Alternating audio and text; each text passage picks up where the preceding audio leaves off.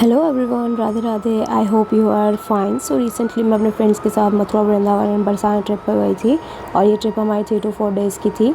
Hazrat Nizamuddin railway station से 12:45 पर हमारी ट्रेन थी। रास्ते में वेदर बहुत ही अच्छा हो गया था, बहुत अच्छा लग रहा था। हमने पूरे रास्ते बहुत एंजॉय किया। फिर हम मथुरा जंक्शन रेलवे स्टेशन पर पहुँच गए थे। फिर यहाँ से हमने ऑटो लिया स्टे करने के लिए, धर्मशाला या होम स्टे। उसके बाद हमने लंच किया, थोड़ा रेस्ट किया। फिर हम सबसे पहले द्वारकाधीश टेम्पल गए, जहाँ की टाइमिंग मॉर्निंग में 6:30 से 12 और शाम में 4:30 से 8:30 बजे है। हम शाम में गए थे।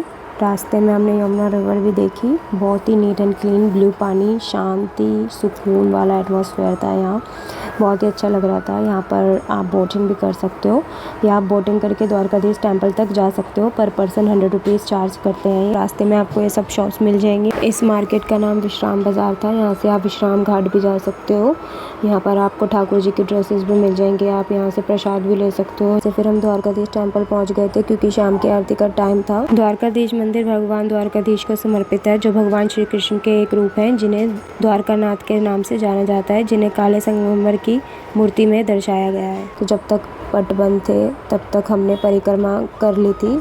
ये परिक्रमा मार्ग है। बहुत ही सुंदर इंटीरियर है मंदिर के अंदर का। आप यहाँ पर भजन कीर्तन का आनंद भी ले सकते हो। जब तक पट नहीं खुले थे तब तक हमने भजन सुने। उसके बाद हमने बहुत अच्छे से द्वारकाधीश जी के दर्शन किए। उसके बाद हम श्री कृष्ण जन्मभूमि गए। यहाँ पर आपको कैमरा फ़ोन ले जाना अलाउड नहीं है, तो आपको यहाँ सब कुछ सबमिट करना होता है, इसलिए मैं यहाँ का ज़्यादा वीडियो शूट नहीं कर पाई। नेक्स्ट डे हम वृंदावन के लिए निकल गए थे अर्ली मॉर्निंग 7:30 अराउंड। बहुत ही अच्छी वाइब फील हो रही थी। मथुरा से वृंदावन तक जाने के लिए यहाँ पर शेयरिंग ऑटो चलते हैं, तो वो 30 से 50 रुपीज़ चार्ज करते हैं। वो आपको वृंदावन छोड़ देते हैं। उसके बाद हमने यहाँ से स्टे के लिए रूम लिया। फिर रेडी होकर हम मॉर्निंग में बांके बिहारी जी टेम्पल के लिए निकल गए थे। यहाँ पर आपको घूमने के लिए बैटरी रिक्शा का ही यूज़ करना पड़ेगा, क्योंकि यहाँ की कुछ गलियों में आप 4 व्हीलर यूज़ नहीं कर सकते हो। इस मंदिर के बारे में कहा जाता है, बिहारी मंदिर में भगवान श्री कृष्ण की छवि एक बच्चे के रूप में दिखाई देती है, जो त्रिभंग मुद्रा में खड़ी दिखाई देती है। ऐसा कहा जाता है कि भगवान श्री कृष्ण को घंटी और शंखों से होने वाली आवाज़ को नापसंद करते हैं, इसलिए मंदिर में इनमें से कोई भी प्रकार का वाद्य यंत्र नहीं है। राधा कृष्ण के मंत्रों का जाप लोग सिर्फ अपनी आवाज़ से करते हैं। फिर हमने बांके बिहारी जी के बहुत अच्छे से दर्शन किए। उसके बाद हम राधा वल्लभ जी के दर्शन करने के लिए गए। ये मंदिर थोड़ी सी ही दूर पर है। श्री राधा वल्लभ मंदिर की सबसे बड़ी मान्यता ये है कि किसी को भी इनके दर्शन अपनी मर्जी से नहीं होते हैं। जब भगवान राधा वल्लभ चाहेंगे तभी किसी को उनके दर्शन प्राप्त होंगे। तभी कहा जाता है राधा वल्लभ दर्शन दुर्लभ। राधा वल्लभ भगवान की मूर्ति कभी किसी मूर्तिकार द्वारा नहीं बनाई गई थी।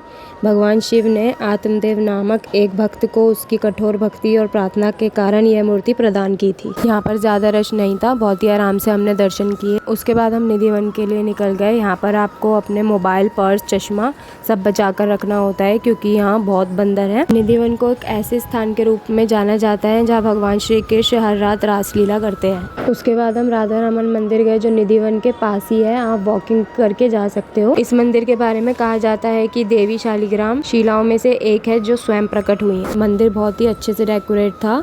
यहाँ भी हमने बहुत ही अच्छे से दर्शन किए। उसके बाद हम केशी घाट के लिए निकल गए। केशी घाट वृंदावन का मुख्य घाट है। द्वापर युग में भगवान श्री कृष्ण ने केशी नामक राक्षस का यहीं वध किया था। केशी घाट पर हर शाम यमुना महाआरती की जाती है। फिर हम प्रेम मंदिर गए। यहाँ पर शाम के टाइम पर आने में ही अच्छा लगता है। प्रेम मंदिर वृंदावन के सबसे महत्वपूर्ण और सबसे बड़े मंदिर में से एक है, जो भगवान श्री कृष्ण और राधा रानी की पूजा के लिए समर्पित है। शाम के टाइम में फाउंटेन शो भी आप देख सकते हो। आपने मंदिर देखा है तो आपको पता होगा कि मंदिर में स्थापित श्री कृष्ण की झांकियाँ कितनी खूबसूरत है। साथ ही सीताराम जी का खूबसूरत फूल बंगला भी देखने के लिए मिल जाएगा। मंदिर में फुहारे, श्री कृष्ण और राधा की झांकियाँ, श्री गोवर्धन धारण लीला, कालियानाग दमन लीला, झूलन लीलाएं बहुत ही खूबसूरत ढंग से दिखाई गई हैं।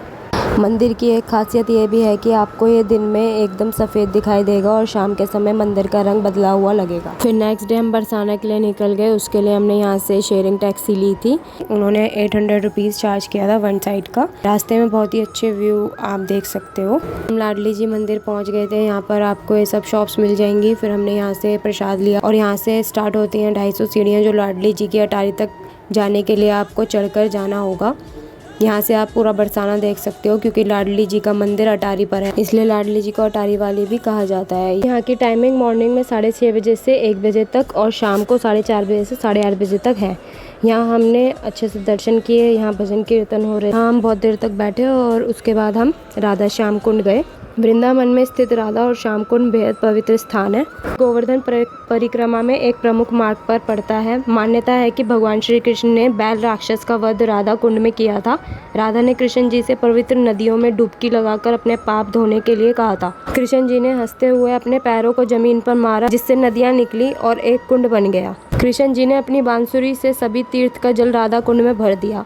राधा जी को प्रसन्न करने के लिए कृष्ण जी ने इस कुंड में स्नान किया। बाद में इस जल कुंड को श्याम कुंड कहा जाता है। राधा और उनकी सखियों ने भी सोने के कंगन से खुदाई करके अपने लिए एक कुंड बनाया, जिसे राधा कुंड कहा गया है। यहाँ हमने थोड़ी देर बैठकर मेडिटेशन और जाप किया। उसके बाद हम वृंदावन चंद्रोद्यान टेम्पल गए थे। ये दुनिया का सबसे ऊंचा धार्मिक स्मारक होगा। इस मंदिर की ऊंचाई लगभग 700 फीट और 50,000 वर्ग मीटर का निर्मित क्षेत्र शामिल है। बहुत ही अच्छा मंदिर है, नीट एंड क्लीन, सराउंडिंग में बहुत ग्रीनरी है।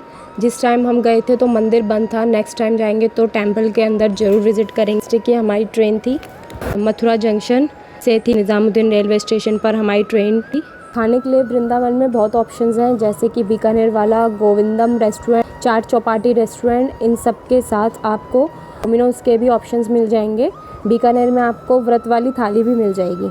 सो वीडियो थोड़ी सी भी हेल्पफुल रही हो तो वीडियो को लाइक, शेयर एंड चैनल को सब्सक्राइब जरूर कीजिएगा। मिलते हैं नेक्स्ट वीडियो में। राधे राधे।